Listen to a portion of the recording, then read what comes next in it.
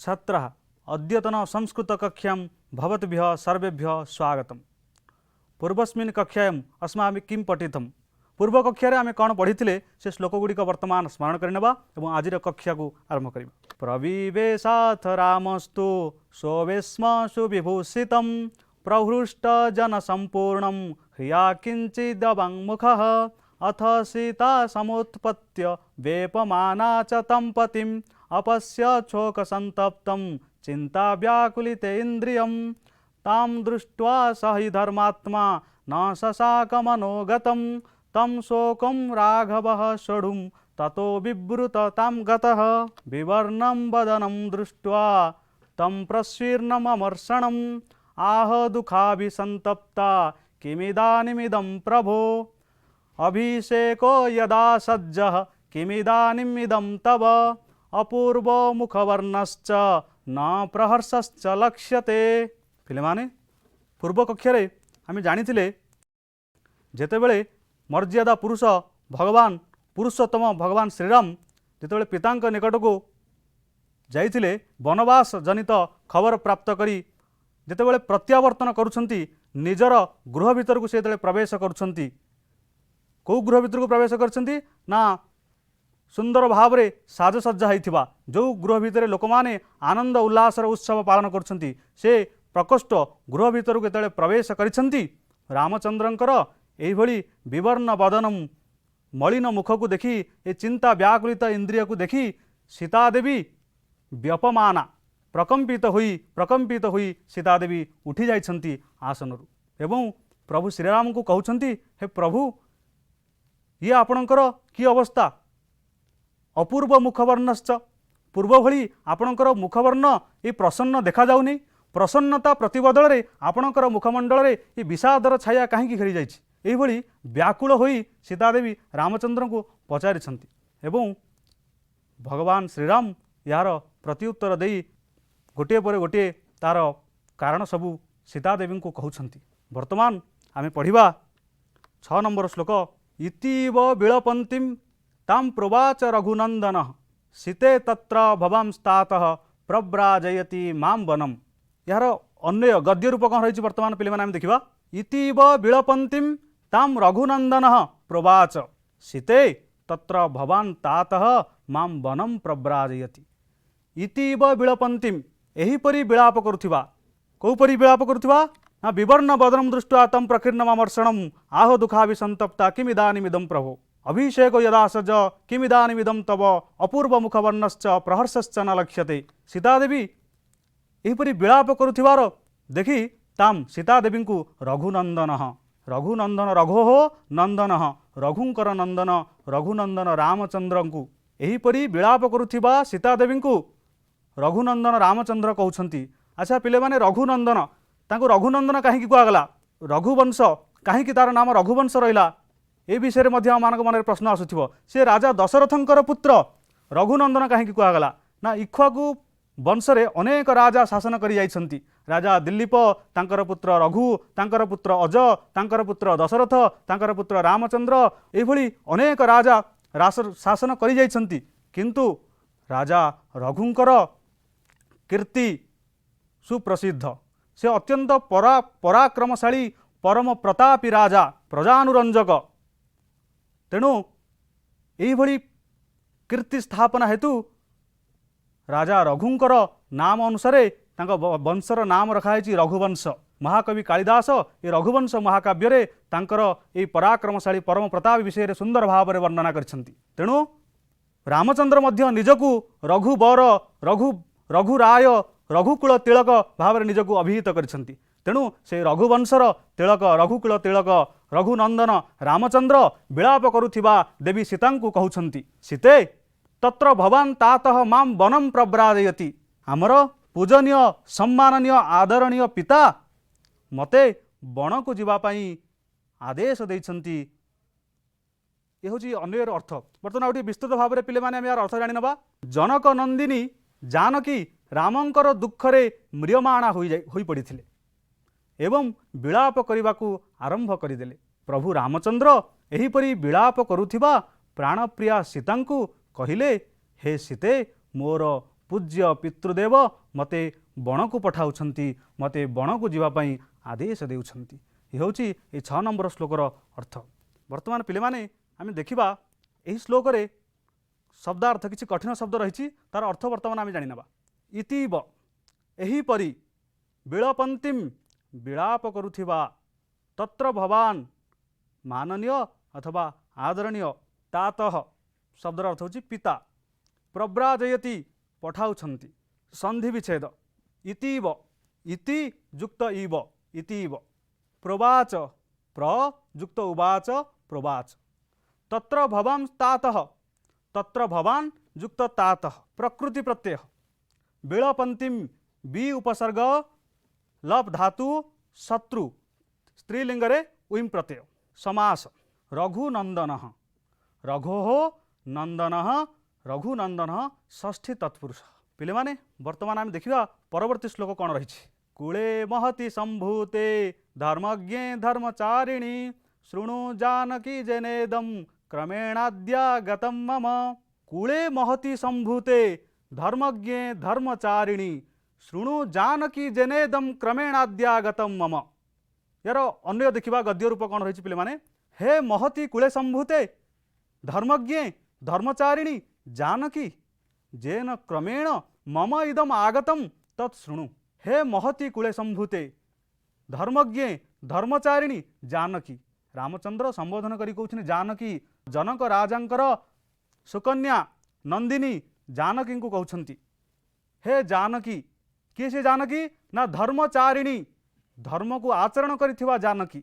हे जानकी किए से जानकी धर्मज्ञ जे धर्म विषय रे यथेष्ट ज्ञान थिबा सीता को कहउछंती धर्मज्ञ धर्मचारिणी जानकी। रामचंद्र संबोधन करी पुणी कहउछंती महति कूले संभूते धर्मज्ञ धर्मचारिणी जानकी। हे महान कूलरे उच्च कूलरे बड़ कूलरे जात हिथिबा धर्म जानिथिबा एवं धर्म को आचरण करुथिबा जनक नंदिनी जानकी को रामचंद्र संबोधन करी कहउछंती जेन क्रमेण मम इदम आगतम तत्शृणु। जो क्रम रे मु एठाकू आसी पहुँची अथवा मोर वनवास पाइका निश्चित होइछि तार कारण कहूची शुण। पिले स्पष्ट भाव में आउटे अर्थ आम जानिनबा। प्रभु रामचंद्र विलाप करुथिबा सीता को कहिले हे सीते हे प्रिय तुमे उच्च कूल जात होइछ दया क्षमा उदारता आदि गुणयुक्ता धर्म मार्ग रे परिचालित होई तुमे अन्य मानक निकटरे आदर्श स्थानीय होइछ।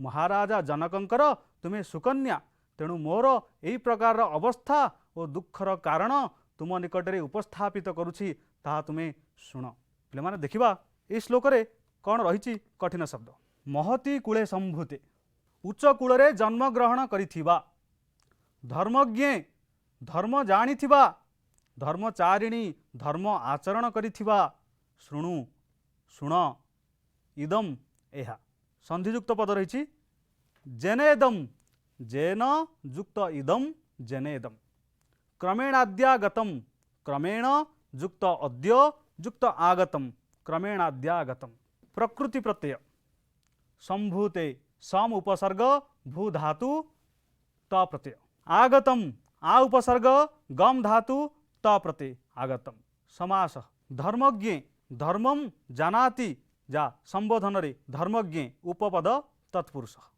धर्मचारिणी धर्मम चरति या धर्मचारिणी उपपद तत्पुरुष। देखिबा पिले माने परवर्ती श्लोक कौन रही राज्ञा सत्य प्रतिज्ञेन पिता दशरथेन वै कैकेयी मम मात्रे तु पुरा दत्तौ महावरौ। अन्य गद्य रूप कौन रही देखिबा श्लोकर राज्ञा सत्य प्रतिज्ञेन पिता दशरथेन वै कैकेयी मम मात्रे तु पुरा दत्तौ महावरौ। ये श्लोकर गद्य रूप अन्य कौन रही वर्तमान आम देखा पुरा सत्य प्रतिज्ञेन पिता राज्ञा दशरथेन तु मम मात्रे कैकेयी महावरौ दत्तौ। पुरा सत्य प्रतिज्ञेन पिता राज्ञा दशरथेन तु मम मात्रे कैकेयी महावरौ दत्तौ। पुरा अतीतरे पूर्व काल रे सत्य प्रतिज्ञेन पिता राज्ञा दशरथेन अतीतरे राजा दशरथंक द्वारा दशरथ किए ना ये अयोध्यार राजा दशरथ किए रामचंद्रंकर पिता से दशरथ किए ना सत्य प्रतिज्ञ ଅତୀତରେ ସତ୍ୟ ପ୍ରତିଜ୍ଞ ସତ୍ୟନିଷ୍ଠ ପିତା ଅଯୋଧ୍ୟାର ରାଜା ଦଶରଥେନ ଦଶରଥଙ୍କ ଦ୍ୱାରା ତୁ ମମ ମାତ୍ରେ କୈକେୟୀ ମହାବରଉ ଦତ୍ତଉ। ଅତୀତରେ ମହାରାଜ ଦଶରଥ ମୋର ମାତା କୈକେୟୀଙ୍କୁ ମହାବର ଦୁଇଟି ପ୍ରଦାନ କରିଥିଲେ। ଆଚ୍ଛା ପିଲାମାନେ, ଯାହାକୁ ପ୍ରଦାନ କରାଯାଏ ସମ୍ପ୍ରଦାନ ଚତୁର୍ଥୀ, ଏଠି ରାଜା ଦଶରଥ ବର ଦୁଇଟି ପ୍ରଦାନ କରିଥିଲେ। କାହାକୁ ପ୍ରଦାନ କରିଥିଲେ? ମାତା କୈକେୟୀଙ୍କୁ। ତେଣୁ ମମ ମାତ୍ରେ କୈକେୟୀ, ରାମଚନ୍ଦ୍ର କୌଶଲ୍ୟାଙ୍କର ପୁତ୍ର ହେଇଥିଲେ ମଧ୍ୟ ସେ କୈକେୟୀଙ୍କୁ ମମ ମାତ୍ରା ବୋଲି, କାହିଁକିନା ତାଙ୍କର ସେ ମା' ମାନଙ୍କ ଭିତରେ କୌଣସି ପ୍ରକାରରେ ସେ ପାତର ଅନ୍ତର ରଖୁନଥିଲେ, ସମସ୍ତଙ୍କୁ ନିଜର ମା ଦୃଷ୍ଟିରେ ହିଁ ଦେଖୁଥିଲେ। ତେଣୁ ସେଥିପାଇଁ ସେ କହୁଛନ୍ତି ମମ ମାତ୍ରେ କୈକେୟୀ ମହାବରଉ ଦତ୍ତଉ। ରାଜା ଦଶରଥ ରାଣୀ କୈକେୟୀଙ୍କୁ ବର ଦୁଇଟି ପ୍ରଦାନ କରିଥିଲେ, ମହାବରଉ। କୈକେୟୀ ପ୍ରଦାନ କରିବା ଅର୍ଥରେ ସମ୍ପ୍ରଦାନରେ ଚତୁର୍ଥୀ ବିଭକ୍ତି। ତେଣୁ କୈକେୟୀ ବିଶେଷ୍ୟ ପଦ ଚତୁର୍ଥୀ ବିଭକ୍ତି ହେଇଛି କୈକେୟୀ ଏବଂ ତାର ବିଶେଷଣ ପଦ ମାତୃ ଶବ୍ଦ ରହିଛି।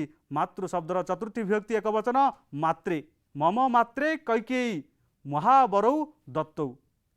ସେହି ଅତୀତ କାଳରେ ସତ୍ୟ ପ୍ରତିଜ୍ଞା କରିଥିବା ମୋର ପିତା ଅଯୋଧ୍ୟାର ରାଜା ଦଶରଥଙ୍କ ଦ୍ୱାରା ମୋର ମାତା କୈକେୟୀଙ୍କୁ ବର ଦୁଇଟି ପ୍ରଦାନ କରାଯାଇଛି। ପିଲାମାନେ ବର୍ତ୍ତମାନ ଦେଖିବା ଏ ଶ୍ଲୋକର ବିସ୍ତୃତ ଅର୍ଥ କ'ଣ ରହିଛି।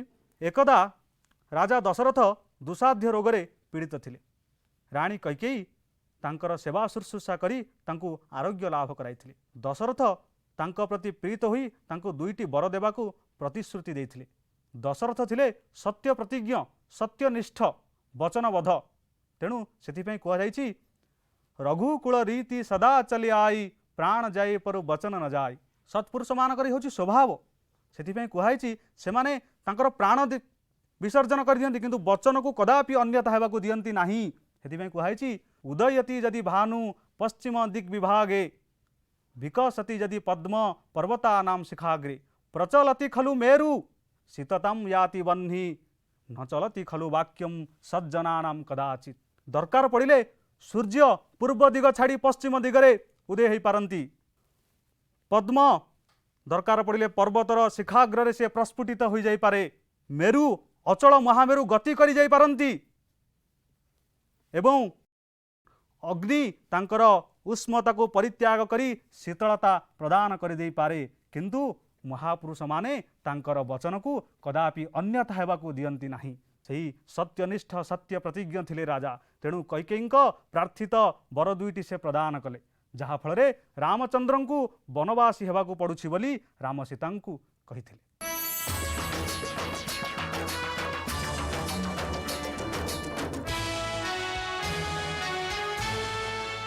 ପିଲାମାନେ ଦେଖିବା ଏ ଶ୍ଲୋକର ଶବ୍ଦାର୍ଥ କ'ଣ ରହିଛି। କଠିନ ଶବ୍ଦ ପୁରା ପୂର୍ବ କାଳରେ ସତ୍ୟ ପ୍ରତିଜ୍ଞେନ ସତ୍ୟନିଷ୍ଠ ଅଥବା ଦୃଢ଼ ପ୍ରତିଜ୍ଞାକାରୀ। ଦତ୍ତଉ ଦେଇଥିଲେ ସମାସ। ସତ୍ୟ ପ୍ରତିଜ୍ଞେନ ସତ୍ୟେନ ପ୍ରତିଜ୍ଞା ଜେନ ତେନ ବହୁବ୍ରୀହି ସମାସ। ମହାବରଉ ମହାନ୍ତଉ ବରଉ କର୍ମଧାରେୟ ପ୍ରକୃତି ପ୍ରତ୍ୟୟ ଦତ୍ତଉ ଦା ଧାତୁ ତ ପ୍ରତ୍ୟୟ। ଦେଖିବା ପିଲାମାନେ ପରବର୍ତ୍ତୀ ଶ୍ଲୋକ କ'ଣ ରହିଛି। ତୟାଦ୍ୟ ମମ ସଜ୍ଜସ୍ମିନ୍ ଅଭିଷେକେ ନୃପୋଦ୍ୟତେ ପ୍ରଚୋଦିତଃ ସସମୟୋ ଧର୍ମେଣ ପ୍ରତିନିର୍ଜିତଃ।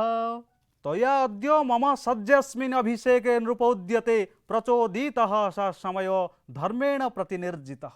ଦେଖିବା ଏହାର ଅନ୍ୱୟ କ'ଣ ରହିଛି। ଅଦ୍ୟ ନୃପ ଉଦ୍ୟତେ ମମ अस्मिन् ଅଭିଷେକେ ସଜ୍ଜେ ତଥା କୈକେୟା ଧର୍ମେଣ ପ୍ରତିନିର୍ଜିତ ସ ସମୟ ପ୍ରଚୋଦିତ। ଆଜି ନୃପ ଉଦ୍ୟତେ ରାଜା ଦଶରଥଙ୍କର ଉଦ୍ୟମରେ ମମ अस्मिन् ଅଭିଷେକେ ସଜ୍ଜେ ମୋର ଏ ଅଭିଷେକ ଉତ୍ସବର ଆୟୋଜନ ସମାପ୍ତ ପ୍ରାୟ। ଅଭିଷେକ ଉତ୍ସବ ଆୟୋଜନ ସମୟରେ ଧର୍ମେଣ ପ୍ରତିନିର୍ଜିତ ସ ସମୟ ପ୍ରଚୋଦିତ। ମାତା କୈକେୟୀ ଧର୍ମସୂତ୍ର ଦ୍ୱାରା ପରିଚାଳିତ ମାତା କୈକେୟୀ ଆସି ଉପସ୍ଥିତ ହୋଇଛନ୍ତି। ପୂର୍ବରୁ ପ୍ରତିଶ୍ରୁତି ପାଇଥିବା ଦୁଇଟି ବର ମନେ ପକାଇ ଦେଇଛନ୍ତି, ଉପସ୍ଥାପନ କରିଛନ୍ତି। ଦେଖିବା ଶ୍ଲୋକର କ'ଣ ରହିଛି ବିସ୍ତୃତ ଭାବରେ ଅର୍ଥ। ଏକଦା ରୋଗଗ୍ରସ୍ତ ପତି ଦଶରଥଙ୍କର ସେବା ଶୁଶ୍ରୂଷା କରି ରାଣୀ କୈକେୟୀ ଦୁଇଟି ବରର ପ୍ରତିଶ୍ରୁତି ପାଇଥିଲେ। ଅଯୋଧ୍ୟାଧିପତି ଦଶରଥଙ୍କ ଦ୍ୱାରା ଯେତେବେଳେ ପ୍ରଭୁ ଶ୍ରୀରାମଙ୍କର ଅଭିଷେକ ଉତ୍ସବର ଆୟୋଜନ ସମାପ୍ତ ପ୍ରାୟ ସେତେବେଳେ ରାଣୀ କୈକେୟୀ ଦଶରଥଙ୍କୁ पूर्व प्रतिश्रुति मने पकाई दुईटी वर मागिथिले। धर्मपरायण सत्यनिष्ठ सत्य प्रतिज्ञ राजा दशरथ निज सत्य रक्षा करी तांको दुईटी वर प्रदान कले। ए श्लोकर कठिन शब्द शब्दार्थ कौन रही बर्तमान आम देखा। नृपोद्यते राजांकर उद्यमरे सज्जे सज्जित थिबा बेले प्रतिनिर्जित धर्मसूत्र रे आयतरे थिबा प्रचोदित कुहा जाइछि संधि विच्छेद। तयाद्य तया युक्त अद्य सज्जे अस्मिन् अभिषेके सज्जे युक्त अस्मिन् युक्त अभिषेके। नृपोद्यते नृपः युक्त उद्यते तापर प्रकृति प्रत्यय रही उद्यते उत युक्त दम युक्त क्त प्रचोदित प्र उपसर्ग चुत धातु णिच प्रेरणार्थे त प्रत्यय। परवर्ती श्लोक पिले वर्तमान आम देखा। चतुर्दश हि वर्षाणि वस्तव्यं दंडके मया पित्रा मे भरतश्चापि जौवराज्ये नियोजितः। चतुर्दश हि वर्षाणि वस्तव्यं दंडके मया पित्रा मे भरतश्चापि जौवराज्ये नियोजितः। अरे अन्य देखिया पिला माने मया हि दंडके चतुर्दश वर्षाणि वस्तव्यं भरतः अपि मे पित्रा जौवराज्ये नियोजितः च।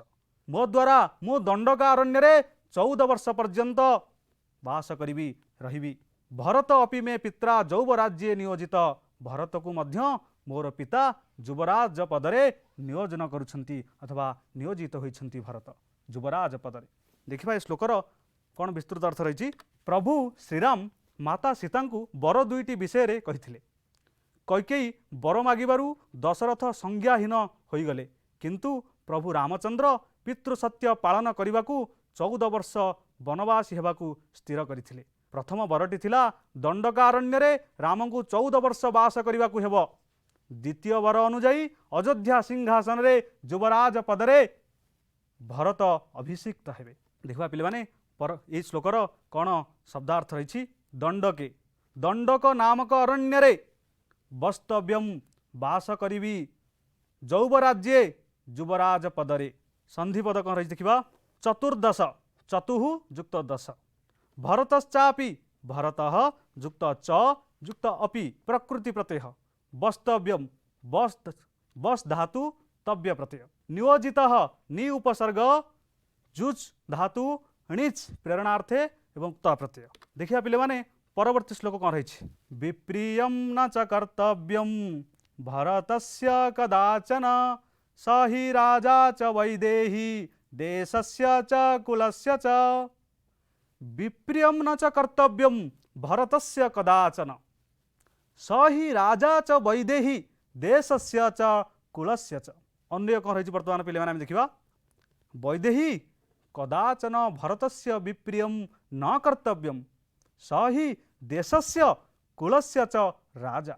कहउछंती रामचंद्र सीतांकु हे विधेय राजनंदिनी हे वैदेही कदाचन भरतस्य विप्रियं न कर्तव्यं कदापि हेले भरतंक प्रति अप्रिय भावना अमंगल भावना अथवा प्रियता हानि हेला भली कथा कदापि हेले उपस्थापन करिब नाही। कहीं स ही सी ही देशस्य ए आम अयोध्या प्रदेशर एवं आमर ये रघुकुलर राजा किए ना भरत।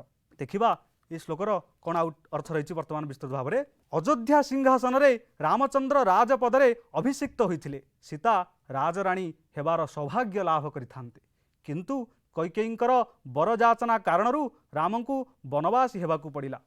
तेणु सीतांक मनरे कौनसी प्रतिक्रिया हुई पारे यही आशंका नहीं प्रभु श्रीराम सीतांकू कहउछंती हे सीते वर्तमान भरत अयोध्यार राजा हेबे केबे हेले मध्य तांकर अप्रिय हेला भली कार्य बा कथा कहिबो नाही। मान्यरे से सान हेले मध्य अयोध्यार से राजा आम वंशर गौरव।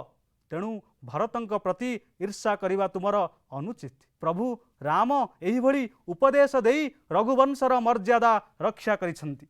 देखिबा पर ए श्लोकर कौन शब्दार्थ रही। वैदेही विदेह राजकन्या विप्रियम प्रिय अप्रिय कार्य समास विप्रियम प्रियस्य अभाव अव्यभाव समास प्रकृति प्रत्यय कौन रही देखिबा। कर्तव्यम क्रू धातु तव्य प्रत्यय। पिले माने आमे देखिबा परवर्ती श्लोक कौन रही। अहम गमिष्यामि महावनम प्रिये तो या हि वस्तव्यम यही भामिनी यथा व्यलीकं कुरुषे न कस्यचित् तथा त्वया कार्यम् इदं वचो मम। अहम गमिष्यामि महावनं प्रिये त्वया हि वक्तव्यम् एहिव भामिनि यथा व्यलीकं कुरुषे न कस्यचित् तथा त्वया कार्यम् इदं वचो मम। देखिवा ये श्लोकर अन्य एक रही प्रिय अहम महावनं गमिष्यामि भामिनी त्वया हि यह एव वक्तव्यम् यथा कस्यचित् व्यलीकं न कुरुषे तथा त्वया कार्यम इदम मम वच। हे प्रिय रामचंद्र सीता को कहते हे प्रिय अहम महावनम गमिष्यामि मु घोर अरण्य को गमन करी मु दुर्गम अरण्य को गमन करी। हे भामिनी हे सीते त्वया हि यह एव वक्तव्यम तुमे एठारे वास करिव तुमे एही अयोध्या ही रहिब यथा कस्यचित् व्यलीकं न कुरुषे जेपरी कहा प्रति अप्रिय हेला भली कार्य तुमे न कर तथा तया कार्यम से भली कार्य करिव इदम मम वच यही होची मोर तुमको उपदेश। देखिबा टिके विस्तृत भाव में भल भाव यार अर्थ कौन रही पितृसत्य पालन करने को रामचंद्रंकर वनवास निश्चित होईगला किंतु सती सीतांक पक्षरे निश्चित यह दारुण दुखदायक तेणु वनगमनर अव्यवहित पूर्वरु से सीतांकु आश्वासना देई कहउछंती हे प्रिय मु पितृसत्य रक्षा करी 14 वर्ष पाई वन को निश्चय जीवी तुमे एही राजप्रसाद रे अवस्थान करिवो जेपरी कौनसी अप्रिय कार्य तुम द्वारा न हुए सेथि प्रति सतर्क रहिवो मोर विश्वास तुमे मोर कथा को सम्मान जनाई तदनुरूप कार्य करिवो।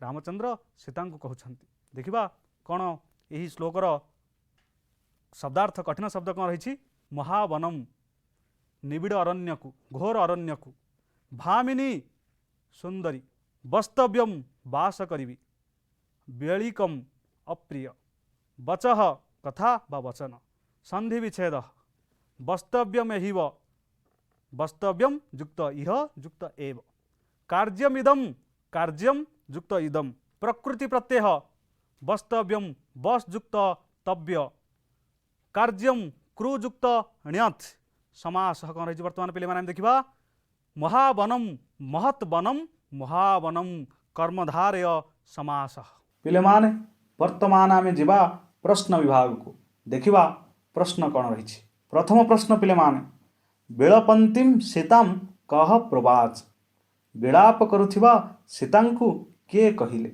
बेलपंतीम सीताम रघुनंदन प्रवाच विलाप करुथिबा सीतांकु रघुनंदन रामचंद्र कहिले।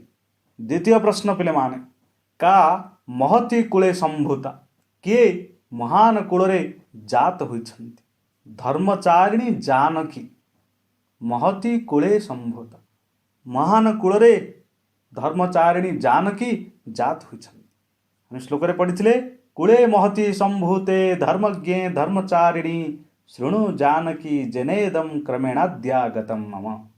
3 नंबर प्रश्न पिले माने कह सत्य प्रतिज्ञ आसीत् किए सत्य प्रतिज्ञ थिले राजा दशरथ सत्य प्रतिज्ञ थिले। श्लोक रे पढ़िथिले पुरा सत्य प्रतिज्ञेन पित्राराज्ञा दशरथेन वै कैकेयी मम मात्रे तु पुरा दत्तौ महावरौ। 4 नंबर प्रश्न पिले माने कस्यै राजा दशरथ महावरौ दत्तौ काहाकु राजा दशरथ महावर दुईटी प्रदान करिथिले कैकेयी राजा दशरथ महावरौ दत्तौ रानी कैकेयी को राजा दशरथ महान वर दुईटी प्रदान करिथिले। 5 नंबर प्रश्न पिले माने विप्रियम न च कर्तव्यम डैश कदाचन कौन हम ये पदटी हम पढ़ी श्लोक रे विप्रियम न च कर्तव्यम भरतस्य कदाचन सही राजा च वैदेही देशस्य च कुलस्य च तरी इठी कौन हम विप्रियम न च कर्तव्यम डैश कदाचन भरतस्य कदाचन। 6 नंबर प्रश्न पिले माने अहम गमिष्यामि डैश प्रिय इठी मध्य कौन दरकार पड़ुची डैश पूरण कौन हम ये उत्तर अहम गमिष्यामि महावनम प्रिय। आम श्लोक रे पढ़ी अहम गमिष्यामि महावनम प्रिय त्वया हि वक्तव्यम एहिव भामिनी यथा वेलिकम कुरुषे न कस्यचित् तथा त्वया कार्यम इदम वचो मम। तरी इठी कौन हम डैश पूरण अहम गमिष्यामि महावनम प्रिय पिले माने वर्तमान समयर अंतिम सोपान रे आमे उपनीत होइछे। वर्तमान मु मोर बाणी को एठी विराम देउछि। परवर्ती कक्षा रे आमे अवशिष्ट श्लोक गुड़िक आलोचना करिबा। धन्यवाद।